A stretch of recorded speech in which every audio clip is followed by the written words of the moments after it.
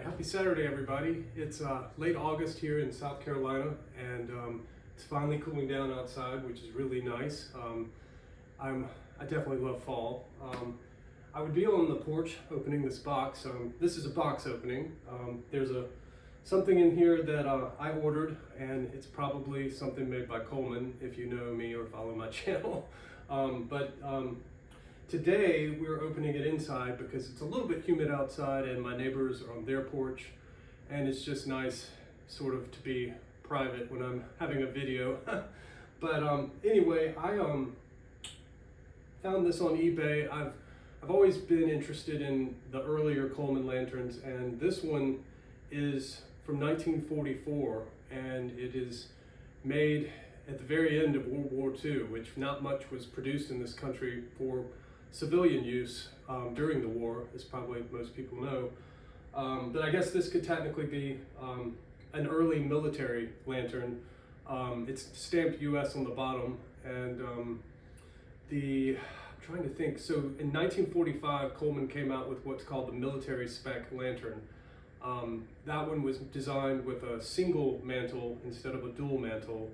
The mantle was the part of the lantern that phosphorus. I'm trying to think how you say that, but it's what glows when the gas goes into it. So the military spec lantern that came out in 45 was a robust, simpler design and made so that the soldiers and people using them could, service them. It even came with a little container built into it for extra parts like the mantles and a tool to fix it. So this one predates that. It's also made with the old Coleman logo, which was the Coleman Lamp and Stove Company, which became the Coleman Company Incorporated in 1945. So that's a lot of information. I'm going to open it now. If you haven't gone to sleep, I apologize. I'm a little bit of a nerd about these things. So, here we go. So I've been anxious to see what this was. It's a Coleman 220C.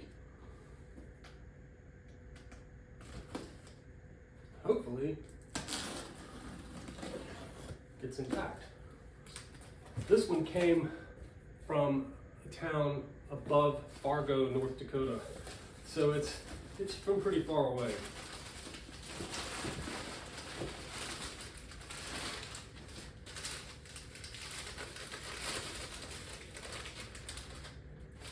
Wow.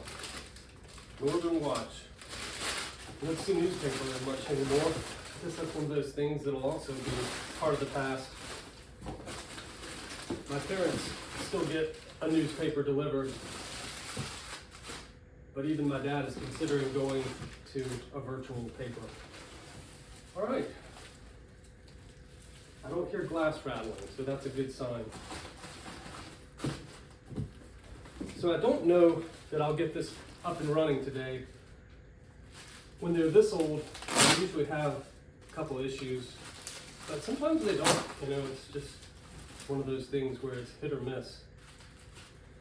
This person did a very good job wrapping it, protecting it.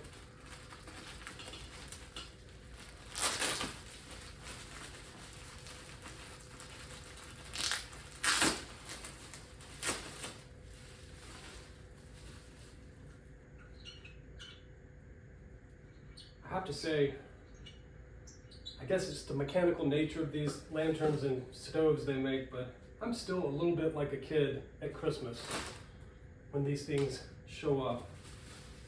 Another thing I was going to say is they're very inexpensive to collect. This one was a little more on the expensive side, but in general, Coleman products are very affordable to collect. This seller did a great job wrapping this. I'm so glad. So this is the original globe, which I always point that out. I usually try to buy them with the original globe. And it's got the old Coleman logo and the old Pyrex. This changed to a Sunburst logo, but this was made from the mid-30s all the way through 1945, I believe. So you don't usually see these still with them. which was one of the reasons I ordered this one, was it still had its globe. I'm watching it break it. So, I'm not sure when I'm going to post this video. I need to post some with my actual work that I do. So, but yeah, it arrived safely. The Coleman 220C also has the yellow instruction sticker, but it has the green font. I believe the B that came before this has a nickel-plated font. But yeah, this is very much intact and very cool. Not sure if that's showing up, but it's a pretty cool thing. Let's see if I can flip it over. It even has vintage mantles in it, but I don't think you can see the thing. But anyway, all right, thank you all very much for watching, and hopefully we'll have some new videos coming up soon. Thank you.